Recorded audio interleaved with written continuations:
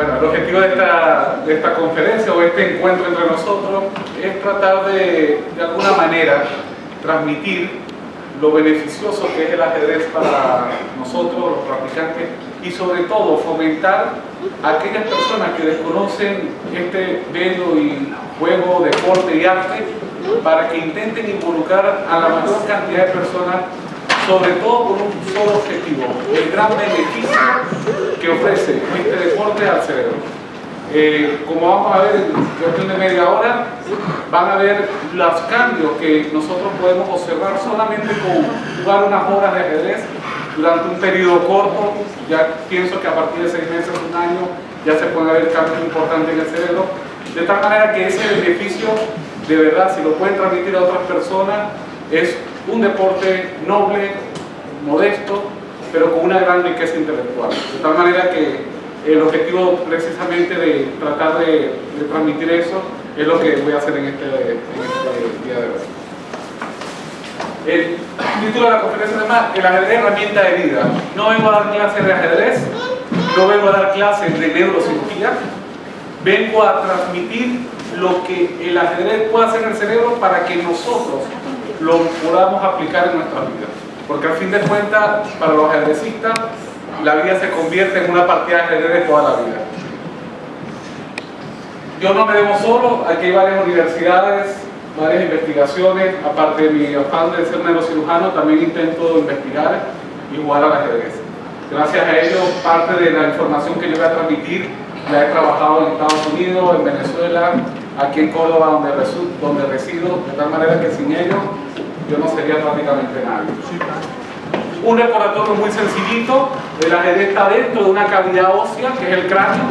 Por lo tanto, cuando nosotros nos damos un golpe en la rodilla y la rodilla se nos pone así jugando al fútbol, o como hace Messi, que les hipertrofia la musculatura, en el cerebro no puede suceder eso, porque el cerebro se inflama, como está rígido una cavidad craneana, se hace daño. No obstante, el cerebro sí puede hacer cambios intrínsecos que a lo mejor no podemos verlo de forma tangible, de forma macroscópica, pero cuando lo ponemos en el microscopio, cuando hacemos estudios de resonancia, sí vemos los cambios que hace por dentro este cerebro.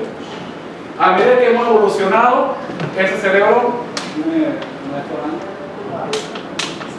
Bienvenido. Bueno, para mí es un honor, el campeón, supercampeón, el maestro Luis Chanal, una eminencia.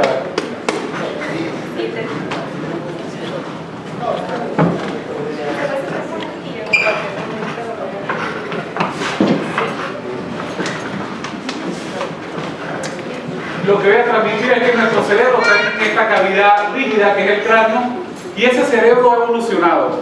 De hace muchos años pesaba menos de medio kilo, menos de, que eran 400,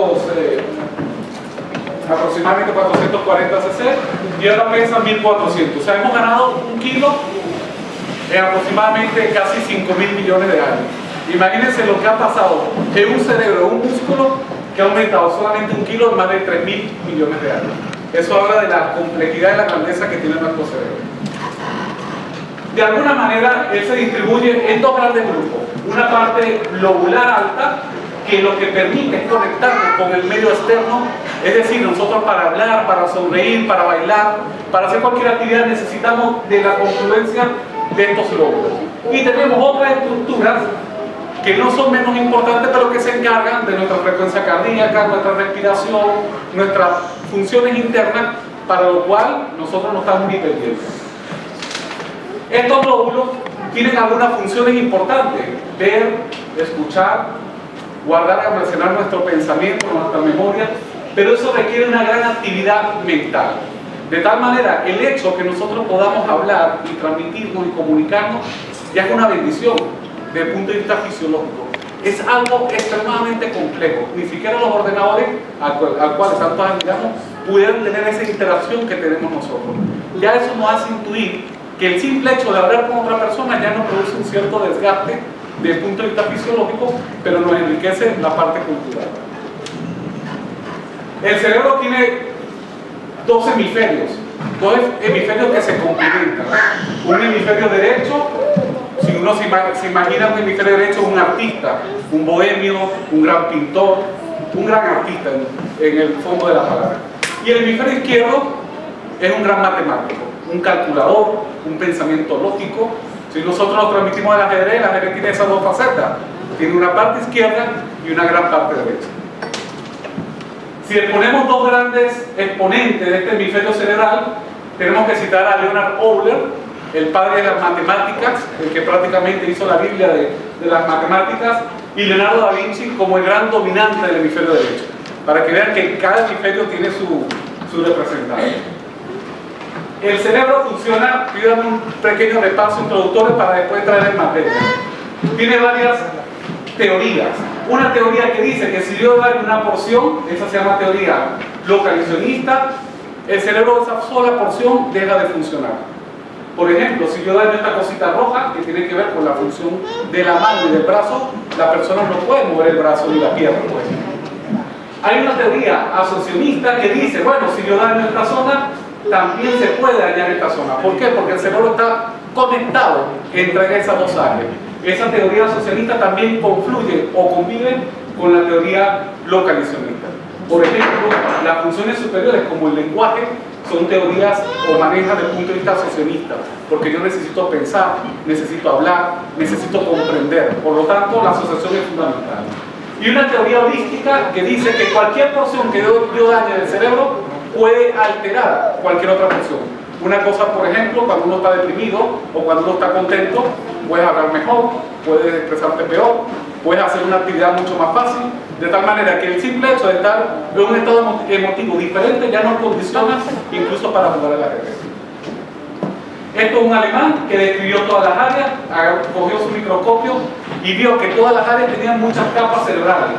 Esto es un cerebro que en condiciones, es un espécimen humano, donde vemos que el cerebro se dispone de una franjita muy grisácea que se llama sustancia gris y una cosa blanca, que por eso se llama sustancia blanca, porque iban a viajar las fibras, la sustancia gris, hay las neuronas de la neurona. Gracias a estos investigadores, Meiner pudo hacer las autovías, creó la autovía del cerebro. Él dijo cómo el cerebro funciona.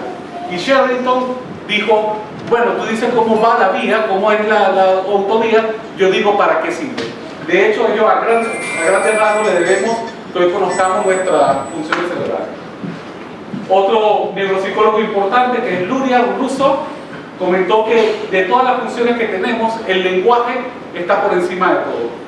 Y aquí quiero hacer un hincapié porque el ajedrez es lo más parecido al lenguaje. Yo diría que incluso el ajedrez está un poco por encima del lenguaje. Ya lo vamos a ver. Esto es una resonancia para que vean que la sustancia gris va muy pequeñita, donde está la información de la neurona, y la sustancia blanca está dentro de esa grande sustancia gris. Estos son cuerpos neuronales que también son importantes para el automatismo. Algo que ustedes no se dan cuenta es cuando juegan una partida blitz o jugamos sobre el tablero, parece que jugamos de forma automática. Ese movimiento automático se lo debemos a estas porciones, a estos grandes basales. Si miramos esto al microscopio, esto se ve sencillo, pero en la realidad esto es capas moleculares de millones de células que están contribuyendo para hacer cualquier función cerebral. Si vemos lo que dijo Meiner, estas son las autovías que él prácticamente diseñó hace más de 100 años para determinar de que un lóbulo occipital, por ejemplo, está relacionado con el lóbulo frontal, o un lóbulo temporal está relacionado con el lóbulo parietal. Todo esto gracias a una autovía, como si hubiese una autovía Bilbao-Madrid, Bilbao-Barcelona. Eso lo dijo Meiner hace más de 100 años. Y lo importante es que hoy en día sabemos para qué sirven. Y lo que vamos a aprender ahora es que el ajedrez ahí nos puede ayudar. Esto es una área, esta en rojo la subrayo porque es una área bastante conflictiva, es la área de encrucijada, donde prácticamente todas las vías interaccionan allí, se encuentran allí. Vemos que por la parte interna del cerebro también hay otra área roja, este es el famoso sistema límbico, el área de las emociones, la locura, la tristeza, la felicidad, el llanto, el deseo, el placer. Todo se lleva en esta pequeña estructura que está relacionada ahí. De tal manera que toda esta zona que está como en el centro del cerebro se va a relacionar con las diferentes partes del cerebro. Hay otras vías que permiten ir hacia abajo o hacia arriba para hacer el movimiento. Esto es más de lo mismo. Lo que quiero que observen que esto nosotros lo podemos ver en específico, este es un paciente disecado, que nosotros podemos ver estas estructuras en la realidad. Hoy en día tenemos estudios donde a una persona se le puede hacer estudios de imágenes y ver cómo las vías se van desarrollando y relacionando sobre todo en cada una de ellas. Vemos, por ejemplo, una disección de cómo la mano está relacionada a una porción importante del cerebro. O sea, todos estos estudios nosotros lo podemos determinar. Ahora empezamos un poquito en materia. Esto es como un pequeño bosquejo de enterarnos de qué íbamos a tratar de hablar. Lo primero, que el cerebro no puede crecer, ya lo habíamos dicho, porque la cavidad craneana es rígida. ¿Qué hace el cerebro? Se imbrica, se arruga para poder tener mayor volumen, como si usted cogiera una bolsa y le intenta apretar. Eso se llama que el cerebro se imbrica y hace una especie de surcos y giros. Esto es lo que determina si un cerebro está bien formado o bien desarrollado. Aquí lo comparo con otro cerebro, un cerebro liso, se llama lisencefalo. Este es un paciente, una persona que desafortunadamente no puede tener ningún tipo de capacidad ni desarrollo cognitivo. Y aquí voy, aquí es donde el ajedrez comienza a actuar. El ajedrez comienza a desarrollar esta fase. Es por decir un ejemplo, vemos a la ciudad de Dubái hace 20 años y la vemos ahora. Esto sería un cerebro que no está formado y este es un cerebro que está desarrollado. Perdona, sí. Bueno, esto es algo muy sencillo para ver cómo nosotros utilizamos el cerebro para una actividad como escribir, por ejemplo. O te llaman por teléfono. Te llaman por teléfono, una parte de tu lóbulo temporal sabe quién es, te reconoce y utiliza el lóbulo frontal no solamente para hablar, sino para gesticular. Esto, que es una cosa muy sencilla, que es hablar, utiliza tanto el lóbulo frontal como el lóbulo temporal. Si queremos dar un discurso o estamos leyendo un discurso, la vía es diferente. Los ojos captan a nivel del lóbulo occipital el discurso. Igualmente tienen que ir a esa zona de conflicto que habíamos hablado, una zona de encrucijada, para entender lo que estás viendo y posteriormente, si deseas emitir un discurso, tienes que irte a la parte frontal. De tal manera que estas dos actividades que parecen sencillas tienen que activar muchas áreas cerebrales. El ajedrez hace esto y más. Ya lo vamos a ver. Si queremos hablar, se nos complica un poco la situación. Ya tenemos que utilizar los dos hemisferios. Tanto el hemisferio izquierdo, que es el dominante, es el que más habla. Si una persona quisiera que no hablara más nunca, quítale el hemisferio izquierdo y lo deja bien sedadito. Y el hemisferio derecho también participa de una forma menos activa, pero también participa. Esto es solamente visual, de una manera para que ustedes reconozcan que cualquier actividad, cualquier función que estamos haciendo, amerita la activación de muchas áreas. Ahora vamos a lo interesante, el ajedrez. Cuando vemos el ajedrez, no sabemos realmente dónde ubicarlo. Pensamos que el ajedrez debe localizarse en la zona de encrucijada. ¿Por qué? Porque el ajedrez parte de un reconocimiento, pero también parte de una ejecución, que a fin de cuentas es el fin último de tu jugada, la ejecución, tú vas a jugar. Pero para realizar ese movimiento, no solamente debes comprender, debes utilizar otras áreas para poder hacer una jugada correcta, incluso para intentar recordar todo el proceso que tú has venido realizando para hacer una buena jugada. ¿Y cómo lo hacemos? De la siguiente manera.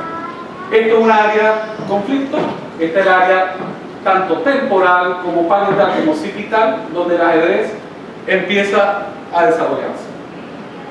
Si vemos estas franjitas azules más pequeñas, eso sería si estuviéramos hablando. Pero si estamos jugando al ajedrez, no solamente se activan las franjitas azules, sino que se activan estas verdes mucho más grandes. Es decir, que el proceso de jugar al ajedrez es mucho más complejo que inclusive hablar. Nosotros entendemos como hablar como lo que estoy haciendo ahora yo, pero hablar comienza cuando te comienzo a entender. ¿Me entiende lo que le quiero decir? Es decir, lo estoy primero comprendiendo para después hablar. O sea, el lenguaje tiene una parte sensitiva de comprensión y una parte de evocación. No solamente hablar es decir una palabra, es entenderlo. El ajedrez hace esto, se hace más que inclusive hablar. Si los relacionamos a esta zona, estas son como núcleos, cuerpos neuronales, estas son vías, genera nuevas estructuras, nuevas vías, nuevas autovías para poder transitar la información. Este es un ejemplo muy interesante de una persona que está hablando, como lo pudiera estar haciendo yo y como lo pudieran estar haciendo ustedes, salvo que ninguno de ustedes ahora mismo está hablando. Pero esto en el cerebro de ustedes está pasando. Hay como una tormenta de actividad neuronal. Si jugamos al ajedrez, mira lo que sucede. Se activan más áreas y si estamos pensando y estamos intentando buscar más soluciones, aparece incluso más activación. Entonces ya estamos viendo que una simple partida de ajedrez, que para muchos no significará nada, para tu cerebro significa mucho más. Disculpe que me dirija hacia esta zona y quizá que no soy bien para intentar ver. De tal manera que ya podemos intuir que el pensamiento ajedrecístico cambia, modifica la estructura de tu cerebro. Mientras antes mejor, pero tampoco nunca es tarde para comenzar, porque el ajedrez sí lo hace. Imagínense que jugar al ajedrez es esto, como si fuesen unos trenes. Ustedes crean autovías y de acuerdo al nivel que vayan alcanzando de esa actividad, se pueden convertir en un ave, nivel de gran maestro, cercanía, maestro internacional o metro local. Tampoco las aspiraciones de cada quien no importa. Lo importante es sí, que si tú tienes la vía hecha, tú ahí le puedes colocar lo que tú quieras. Ese es el problema de cada quien. Si un ajedrecista quiere colocar la información ajedrecista, ese ajedrecista será mucho más fuerte. Si tú le quieres poner contaduría, serás un buen contador. Si le quieres colocar medicina, podrás ser pensante en la medicina. Lo que no puedes hacer, es muy difícil, es jugar al fútbol, ni jugar al tenis, ni hacer actividades deportivas estresantes. ¿Por qué? Porque el deporte físico va en contra de la actividad neuronal de la cabeza. Estimula otras áreas y el cerebro no da para todo. ¿Me entienden lo que le quiero decir? Entonces, no esperen que Einstein meta los goles que mete Lionel Messi. Tampoco van a esperar que Cristiano Ronaldo no descubra la cura contra el cáncer, porque el cerebro no da para todo. Entonces ya podemos intuir que el ajedrez se convierte como en ese gimnasio famoso de la mente, fortalece nuestro cerebro. Hay una gran similitud entre el lenguaje y el ajedrez. Normalmente las personas, tanto diestras como ambidiestras, que manejan las manos, como zurdas, el área del lenguaje se comunica, se encuentra en el hemisferio izquierdo.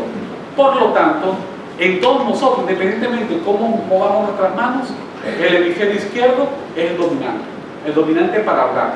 Probablemente para el ajedrez es el dominante, pero ya vamos a ver unos estudios muy interesantes de que el ajedrez no solamente fortalece el hemisferio izquierdo, sino que el hemisferio derecho también lo activa.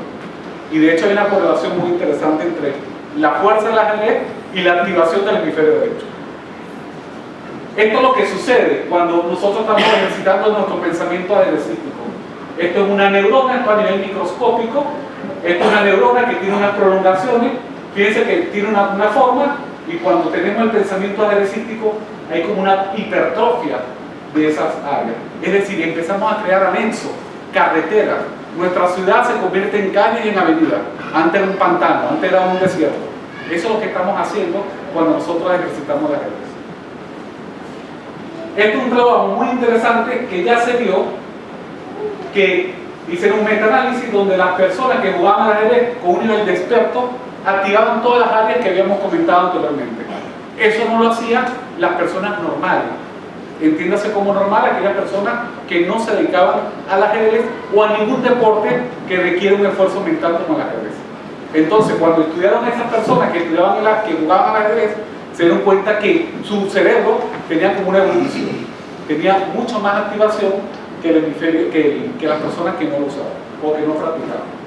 Estos mecanismos ya están bien sustentados en la literatura científica por Eric Kandel, un gran científico, premio Nobel, y por Hebb, otro científico biopsicólogo, donde, para resumir, Gandel describe los mecanismos por los cuales la persona aprende y hace memoria, y Hebb incluye el término de la psicología y su importancia para el desarrollo de cualquier habilidad. Por eso que nosotros podemos tener mucha fuerza, podemos tener todo el talento, pero si la psicología no nos acompaña, tampoco llegamos hasta un cierto nivel. Entonces, entre ellos dos se distribuyen lo que pudiéramos decir las teorías del aprendizaje. De alguna manera, Gandel intervino en un término que está muy de moda, que es la plasticidad neuronal. La plasticidad neuronal no es más que la regeneración de tu cerebro. Nosotros antes pensamos que neurona que nace se muere y no se recambia. Al contrario, hoy se sabe que no solamente hay neuronas que pueden nacer, sino que hay neuronas y parte de tu cerebro que se pueden reacondicionar para hacer funciones que antes no hacían. Y eso lo tiene sobre todo el lóbulo frontal.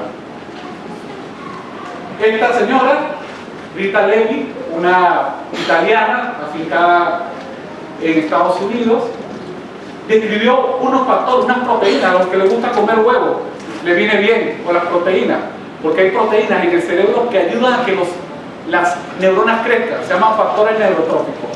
Esta señora, o esta científica, disculpa, llegó a la conclusión de que si teníamos estos factores, las células iban creando como ramificaciones por tener estos factores.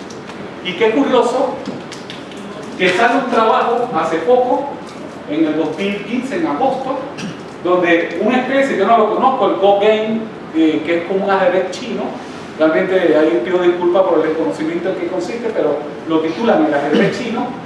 Vieron que las personas que tenían Alzheimer, enfermedad de Alzheimer, cuando jugaban al ajedrez, aumentaban sus factores neurotróficos, por el simple hecho de jugar al ajedrez. Entonces ya estamos viendo otra aplicación. Estamos viendo la aplicación de que nos genera estructuras nuevas y estamos viendo una aplicación que nos está previniendo progresiones de una enfermedad que hasta hoy en día no se conoce, no solamente la causa, sino que no la podemos tratar. Intentamos frenarla, pero todavía no hay una cura sobre la enfermedad de Alzheimer. Este es otro trabajo muy interesante, 2014 en Zurich, Austria, donde tomaron jugadores de ajedrez, maestros, grandes maestros, y se dieron cuenta de algo muy curioso, que el hemisferio derecho y el hemisferio izquierdo. Pues bueno, resulta que los que juegan ajedrez, los maestros y grandes maestros, el hemisferio izquierdo lo hipertrofia, se pone activo esa vía. Córdoba-Madrid en el área, en 1 hora y media estamos. Pero dependiendo del ranking, si los jugadores eran más fuertes, el hemisferio derecho se activaba más. Quiere decir que el ajedrez, la práctica de un nivel de ajedrez a mayor envergadura, ofrecía a tu cerebro la capacidad de unir los dos hemisferios. No hay ningún deporte que pueda tener esa facultad. Se acerca un poco la música, porque la música tiene que tener parte de arte, parte de cálculo, bueno, de manejo. Pero no hay nadie, ningún deporte cerca que pueda activar los dos hemisferios como lo hace la ajedrez para la mente. Estos son los ejemplos visuales. Lo que quiero es que vean la parte verde, lo que quiere decir es que se activa cuando la persona está jugando ajedrez. Esto es un trabajo interesante de hacer una resonancia allí y hacerle una ANAN, por ejemplo. Yo creo que ANAN te da hipertrofia de los dos hemisferios. ¿Entiendes? Yo tendré una manchilla ahí entre verde y amarilla, por decir un ejemplo. Y pálido, y color pálido, verde pálido. O el maestro Randa, tendrá los dos hemisferios también. Entonces, pues resulta que el ajedrez ya nos está produciendo una cierta curiosidad que no lo teníamos, no conocíamos. Esto es un tablero, una pieza. No, va más allá de las bondades que nos está ofreciendo. Una de las verdaderas satisfacciones de practicar el ajedrez es la enfermedad degenerativa del cerebro. Desde que nacemos, nuestro cerebro comienza a declinar. Hay una fase de máximo acme, de máxima altura, probablemente la alcanzamos alrededor de los 20, 30 años. Hay personas un poco antes, o hay personas un poco después.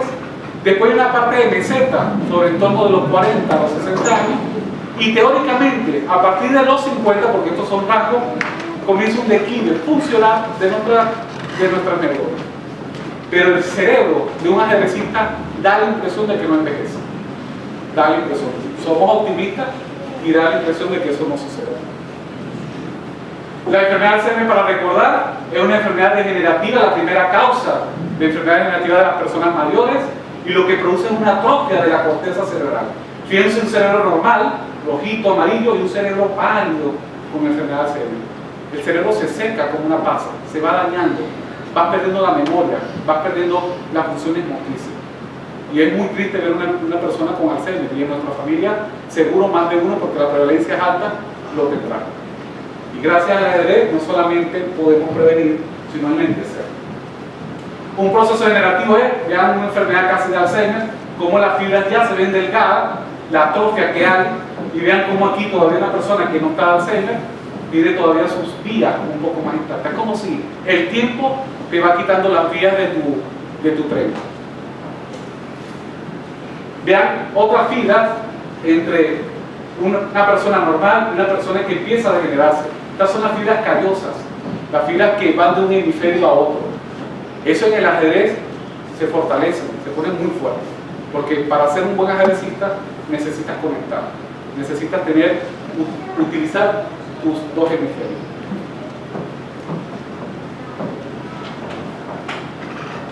Lo interesante de todo esto, que el ajedrez lo podemos aplicar en nuestra vida diaria. Lo fundamental del ajedrez, muchas veces, la gran riqueza, no solamente está en ganar un título, sino en si podemos aplicar nuestro pensamiento ajedrecístico a nuestra vida diaria. Y todos los que juegan ajedrez, aunque sea de forma intuitiva o sin saberlo, lo hacen. Se paran en la mañana y ya están pensando, voy a ir al sitio, voy al trabajo, me da tiempo, voy a ver si me escapo media hora, no me puedo escapar hoy porque están los jefes, mañana lo mejor, o no, voy a ser honesto hoy, quiero ser honesto toda la vida. O sea, todo el mundo que juega al ajedrez planifica su vida prácticamente al momento de levantarse. Y lo que hacen otras actividades lo hacen aún más. O sea que el pensamiento ajedrecístico se te mete allí en la genética de tu cerebro. Un problema interesante es saber qué ciudad está a 18.000 kilómetros de Londres, a 16.000 de Gibraltar. Es un problema ajedrecístico, pero es de la vida diaria. Por supuesto, yo no sé dónde está esta persona ahora mismo, pero aquí puede ser un gran problema que le puede suscitar a cualquier persona. De tal manera que cuando una persona no practica un deporte de la mente, pasa eso en su cerebro. Es como una vía oscura, lenta, transita si acaso un coche pesado o quizás una bicicleta. Pero cuando juegas al ajedrez, tu cerebro hace esto. Convierte tu estructura cerebral en una superciudad interna. Que si quiere meter la siciliana, la Paulsen, es tu problema. Pero también le puedes meter conocimiento científico, le puedes meter tu problema de la casa, le puedes meter la información que tú quieras. Pero ya tienes codificado tu cerebro. Y eso lo condiciona nuestro deporte. Evidentemente, el no usar nuestro cerebro de ninguna manera, ni siquiera hacer un sudoku, puede producir esto. Una disgregación, esta es una estructura de fibras, cómo se van disgregando por falta de uso. Todo lo que no se use, se atrofia. Hay un gran mito que dice que el ajedrez es para personas inteligentes. Eso es la mayor falsedad que yo creo que hemos inventado nosotros. El ajedrez no es para inteligentes, el ajedrez te hace inteligente. Nadie en el ajedrez se acerca porque es inteligente. El ajedrez sí te hace inteligente porque las áreas encargadas del procesamiento de la información te la va a hipertrofiar, te la va a poner a una velocidad que no puede permitirse otra persona que no practique este deporte. Es verdad, no somos máquinas, pero sí funcionamos como máquinas perfectas. Es decir, un ordenador puede hacer una función mejor que nosotros, un cálculo, jugar al ajedrez mejor que nosotros, hacer una proyección de algo que nosotros no podemos hacer de ese cálculo hipotético, pero no permite relacionarse con nadie. Un ordenador lo único que puede llamar es una telefónica y si no te entiende bien dice vuelve a llamar, no entiendo. El hecho de hablar, que nosotros, y lo vuelvo a reiterar, es una función mágica que ningún ordenador lo puede hacer pequeñas frases, de tal manera que nosotros somos las máquinas perfectas, no los ordenadores. Hay un trabajo que salió también, estos trabajos están siendo recientes en China, en el 2015, en septiembre, donde se dieron cuenta que esta área, que es el lóbulo temporal y parietal, estaba aumentada. Y la vía que unía esta porción a esta porción estaba hipertrofiada. Es un fascículo, se llama fascículo arcuato. Y eso ya se determinó que solamente los jugadores de ajedrez tenían esa hipertrofia de esa zona. Curiosamente, esta zona, esta vía, es la misma que uno utiliza para hablar. Yo lo comentaba ayer, las personas que practican ajedrez tendrán facilidades para adquirir nuevos idiomas. Y las personas que hablan nuevos idiomas, o varios idiomas, porque tienen un familiar o porque eso, tendrán facilidad para jugar al ajedrez. Están interconectados. O sea, el lenguaje y el ajedrez parece que van de la mano. Esto es un esquema hipotético de todas las vías, que aquí no es cuestión de explicarlas, que puede favorecer la práctica de nuestro deporte. Yo le he hablado de las más importantes, la más gorda, la que une el lóbulo temporal, el que procesa, con el lóbulo frontal, el ejecutor. Pero hay muchas otras conexiones que están establecidas para poder asociar que tú estés pensando, que tú reconozcas una posición, el reconocer una posición entre el lóbulo temporal y parietal, que tú recuerdes y digas, esta partida la jugué hace 5 años, tienes que viajar al hipocampo, tienes que ir al sistema límbico, a intentar recordar. Son sistemas o áreas que tú normalmente no usas en la vida diaria, pero si practicas el ajedrez, normalmente esas áreas las vas a aumentar tu uso, por supuesto tu función. Este es el gran fascículo, esta es una representación esquemática de la vía que hipertrofia del ajedrez. Esta vía hace una vía fuerte comparativamente con la que veíamos anteriormente. Esto lo hace el jugar ajedrez. Solamente entrenar, no hay que ser más maestro ni siquiera. De tal manera que la decisión de cada uno de ustedes es lo que le meten a su disco duro. El ajedrez está hecho para armar el rompecabezas y cada uno le mete la información que uno considera. Para motivarlo un poco, bueno, para que vean que esto no es ciencia ficción, eso nosotros lo practicamos en la vida diaria. Yo me dedico a la neurocirugía, siempre es apasionante porque es como ver el cerebro, lo único que no vemos son los pensamientos, pero casi todo lo demás lo podemos ver.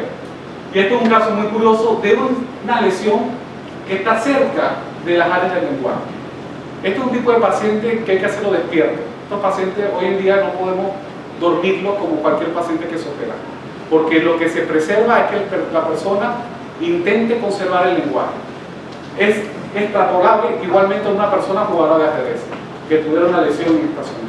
Van por el mismo camino, o sea, van por la misma vía esa información. Esto es una área, ponemos un paciente, le abrimos la piel, no se asusten, no es nada. Hacemos esto, mapeamos, aspiramos, vemos un poquito más de cerca, estos son los vasos sanguíneos, la persona se le ha quitado la lesión y está feliz y contenta, está en su casa. Y esto es lo que nosotros intentamos hacer. Cuando a veces manejamos mucha información, para nuestro cerebro es una sobrecarga, es una gran sobrecarga, es como cuando le meten mucha información a un ordenador que no aguanta la información que le estás introduciendo. Quiero ser reiterativo, el ajedrez permite que tu cerebro organice esa información, porque tiene los mecanismos que lo generan. Esto es como operar un cerebro totalmente de una persona, es la misma lesión, y esto es lo que uno se hace. Tal cual como lo están viendo ustedes, nosotros lo vemos un poco mejor porque es con microscopio. Vamos quitando, no se puede dañar ningún vasito de esto, porque el cerebro se nutre por los vasos, de tal manera que lo que hay que quitar es lo malo, lo dañino. Porque previamente sabemos por estudios que ahí está la lesión y eso se reconoce. ¿Me entiendes? Vamos allí, voy a adelantar un poco. Y esta es la persona. Nosotros operamos, está despierta la persona, está hablando porque ya está reconociendo unas imágenes en este ordenador que está en la parte frontal de ella y mueve el brazo para saber que la función ejecutora también se está preservando.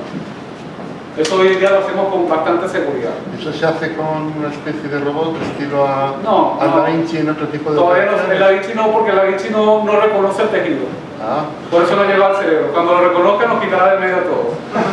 pero de momento no, porque el Da Vinci quita todo y dijo, ya está. No, pero el Da Vinci lo tiene que manejar un doctor. Lo maneja, pero no tiene la textura, que el cerebro es muy blandito, es como una gelatina. Entonces tiene que tener la textura para saber lo que estás aspirando. ¿Me entiendes? Entonces esto se hace habitualmente. Este es nuestro neurofisiólogo, esta es la paciente, y ella está despierta, y en este momento estamos haciendo esto dentro de su cabeza. No le duele, ¿eh? Ella no tiene dolor, no tiene ningún tipo de dolor. No me queda más remedio que darle las gracias por intentar explicar de una forma breve, pero en el fondo lo que quiero que se quede con la imagen de que el cerebro y el ajedrez se pueden relacionar, pero que sobre todo nuestro deporte puede modificar la citoarquitectura del cerebro, y ya eso se está comprobando. Ya sabemos hoy en día de las bondades del ajedrez desde el punto de vista neuropsicológico, del desarrollo psicomotor, de la memoria, de la atención. Los trabajos neuropsicológicos con respecto al ajedrez están más que demostrados. El detalle es que ahora, desde hace un año, ya se están viendo los cambios que este hace a nivel cerebral. Y eso nos va a permitir que yo creo que en un futuro no muy lejano, el ajedrecista se convierta como un asesor de toma de decisiones. Es decir, llaman al ajedrecista, ¿cómo está? Tenemos un problema. Así como Houston, tenemos un problema. Entonces le dan las opciones, él estudia el caso sin saber, no necesita saber física cuántica ni química molecular. Le dan las opciones, le dice, espera un momento, voy a darme un mes para prepararme y ver las opciones. Y da su respuesta. Si le va bien, lo seguirán contratando. Si lo que ha hecho es un desastre, seguramente te se va a dificultar. Pero yo pienso que el ajedrecista será un gran tomador de decisiones, porque de forma innata ya el ajedrez se lo introduce, se lo da de gratis. Lo que no aspiren es ser Messi y ser el campeón mundial, eso ahí no cuadra. Por las actividades cerebrales, van de la mano. No obstante, el ejercicio de andar, de correr, es fundamental para oxigenar el cerebro, igual que la alimentación, igual del soporte social, de tener un buen guía, un buen maestro, o una buena familia, desde el punto de vista que te apoyen en tu actividad, ¿me entiendes? Pero por lo demás, las bondades que hace este deporte, de verdad, si la gente lo conociera más, creo que tuviéramos mucho más afición de la que ya tenemos. De verdad, muchas gracias por su atención y...